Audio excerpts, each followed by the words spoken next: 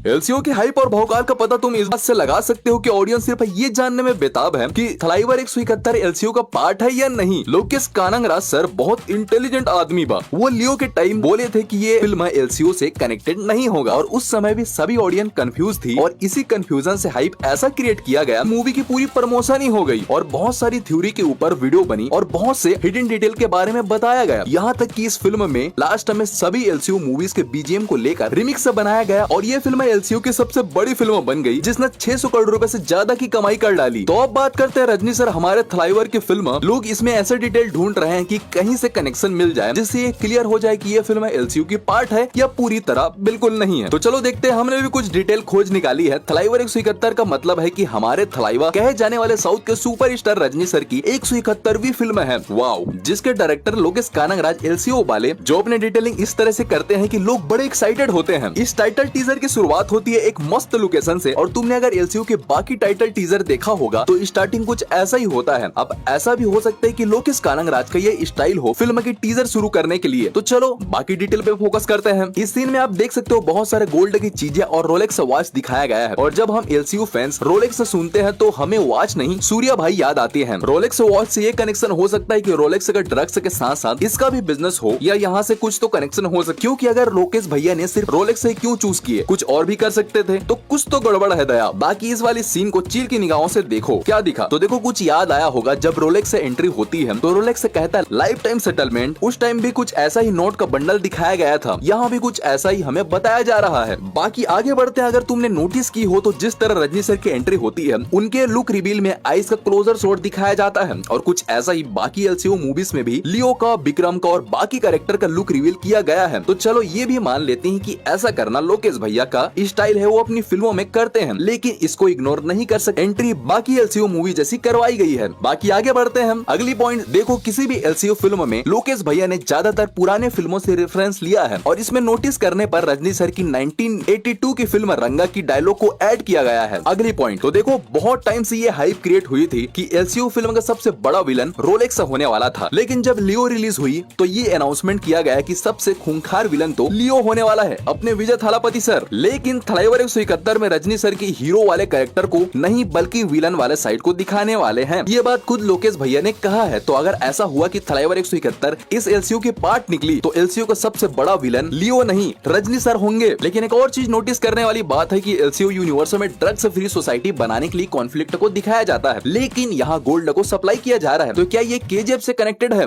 Sorry देखो, कौन कहता है फिल्मों में जो गोल्ड सप्लाई कर रहा हो वो ड्रग्स स्मगलिंग भी कर रहा हो, या ऐसा भी हो सकता है कि एलसीयू में ड्रग्स के बाद अब गोल्ड स्मगलिंग में फोकस किया जा रहा हो। और अगर ऐसा होता है तो एलसीयू की और बहुत सारी फिल्म आएंगी इसके ऊपर, मतलब एलसीयू को वापस से राइज हो सकता है, एलसीयू द राइज अगेन। बाकी डिटेल से देखने के बाद आपको क्या लगता है, एलसीयू और नॉट? बाकी आपकी क्या थ्योरी है इसको लेकर कॉमेंट में जरूर बताना। अमेजिंग वीडियोस मिस नहीं करना चाहते हो तो जाते जाते चैनल को सब्सक्राइब करना बिल्कुल मत भूलना। बाकी इसके ऊपर और वीडियो चाहिए तो कॉमेंट करके जरूर बताना।